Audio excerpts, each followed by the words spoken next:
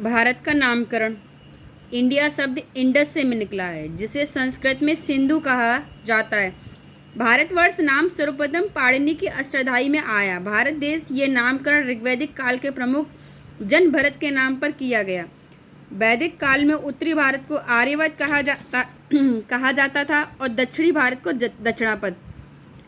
जैन कथाओं के अनुसार देश का यह नाम प्रथम जैन तीर्थकर ऋषभदेव के बड़े पुत्र का नाम भारत था, जो प्रतापी व शक्तिशाली राजा थे। और पौराणिक कथाओं के अनुसार पौरव वंश के राजा दुष्यंत एवं शकुंतला के पुत्र भरत के नाम पर दिया गया था। ब्राह्मण ग्रंथों में इस देश को भारतवर्ष कहा गया है। विष्णु पुराण में समुद्र के उत्तर और हिमालय के दक्षिण में जो देश स्थित हैं उसका नाम भारत है, क्योंकि यहाँ भारत संतति निवास करती है। भागवत पुराण में इस देश को अजनाम वर्ष की संज्ञा दी गई थी। भारत को जम्बूद्वीप का एक भाग भी माना जाता है। बौद्ध ग्रंथों में जम्बूद्वीप उस भूभाग को कहा जा गया है जहाँ ईसा पूर्व 3री शताब्दी में मौर्य वंश का शासन था।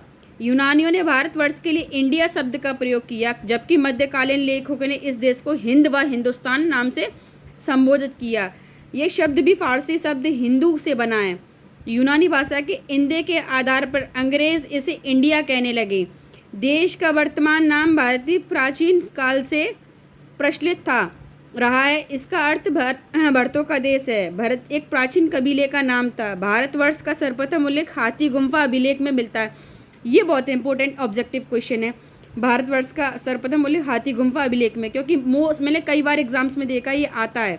हिंदुस्तान शब्द उल्लेख सर्वप्रथम 282 ईस्वी के सासानी अभिलेख में मिलता है। ये भी अच्छा क्वेश्चन है। भारत के संविधान अनुच्छेद 1 में भारत अर्थात इंडिया राज्यों का संघ होगा स्पष्ट किया गया। ये भी आता है। ये लास्ट के तीनों बहुत इंपॉर्टेंट हैं।